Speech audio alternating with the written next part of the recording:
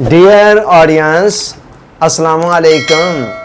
Healthy lifestyle series में हम आज से जो टॉपिक शुरू करने जा रहे हैं वो है कलाम इकबाल और तामीर शख्सियत। अल्लामा इकबाल के कलाम के अंदर तामीर शख्सियत के कौन से असूल हैं और कौन सा रोड मैप है, इसको देखने हम जा रहे हैं।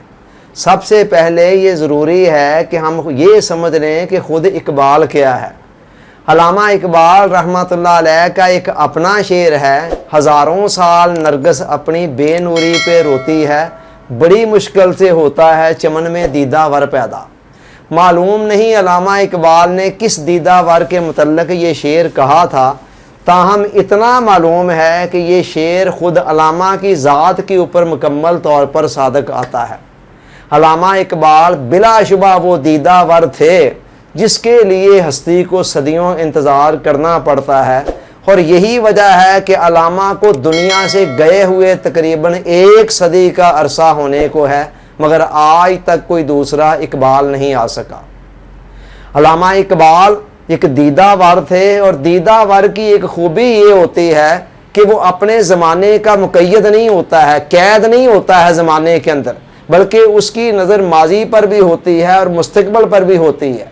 अल्लामा के कलाम को जब हम देखते हैं तो पता चलता है कि एक तरफ तो अल्लामा की नज़र पूरी माजी की तारीख़ के ऊपर है, और दूसरी तरफ वो हाल के ऊपर भी अपनी हाथ को रखे हुए है, यानी हाथ की नब्ज़ों पर भी अपने हाथ को रखे हुए हैं, और इसके साथ ही साथ मुस्तकबिल के तकाज़ों को भी अच्छी तरह से जानते हैं।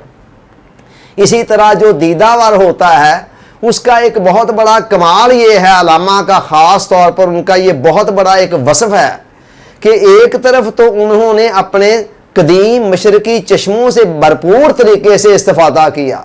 कुरान मजीद हमारा बेसिक एक फाउंटेन है, बुनियादी चश्मा है, उसके बाद हदीस रसूल सल्लल्लाहु अलैहि वसल्लम है, सीरत तैयबा सल्लल्लाहु अलैहि वसल्लम है, और इसके अलावा फिर सूफिया और उनमें से बिलखसूस मौलाना रूम हैं।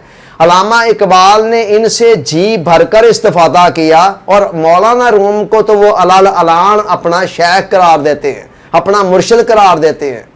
एक तरफ अल्लामा का ये हाल है कि उन्होंने अपने चश्मों से, अपने कदीम चश्मों से भरपूर इस्तिफ़ादा किया, और इसके साथ ही साथ हम देखते हैं कि अल्लामा चूँकि वेस्ट के अंदर भी गए, वहाँ से पढ़े, वहाँ रहे, और इसके साथ साथ उन्होंने वेस्ट के जो चश्मे हैं उनसे भी इस्तिफ़ादा किया, यानी मगरबी इल्मो दानिश से भी जी भरकर इस्तिफ़ादा किया और उसकी खोशा चीनी की।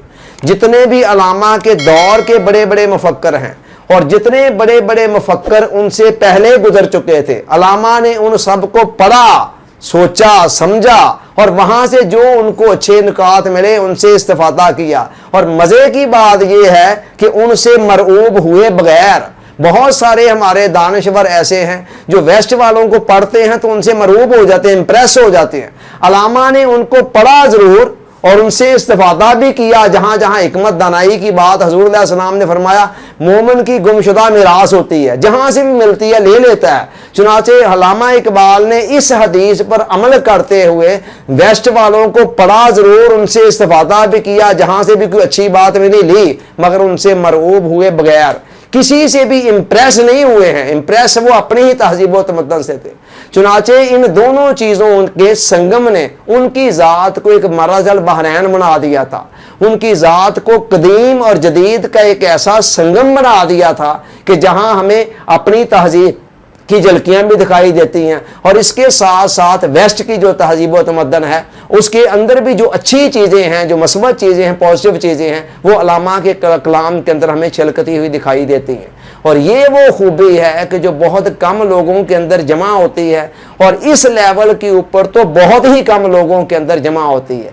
यही वजह है कि तकरीबन 1 सदी का अरसा गुजरने को है कि अल्लामा का कलाम हमारे यहाँ तो मकबूल है ही, ईस्ट के अंदर हमारे यहाँ, चूँकि हमारे अपने थे, हमारी तहजीब व तमद्दन के अलमबरदार थे, मगर इसके साथ साथ वेस्ट वालों के यहाँ भी उसका एक ख़ास मुकाम है, और यूरोप के लोग भी उनके कलाम को पढ़ते हैं, उनसे इस्तिफ़ादा करते हैं। तो ये है वो अल्लामा का बिल्कुल मुख्तसर सा तारफ़ मैंने जो कराया کہ جن کے کلام کی روشنی میں اب ہم سمجھنے جا رہے ہیں کہ تعمیر شخصیت کا، پرسنالٹی ڈیولپمنٹ کا وہ کون سا روڈ میپ ہے جو علامہ نے ہمیں دیا ہے۔ اللہ تعالیٰ سوچنے، سمجھنے، یاد رکھنے، عمل کی توفیق عطا فرمائے، آمین۔ آپ کا بہت بہت شکریہ۔ السلام علیکم۔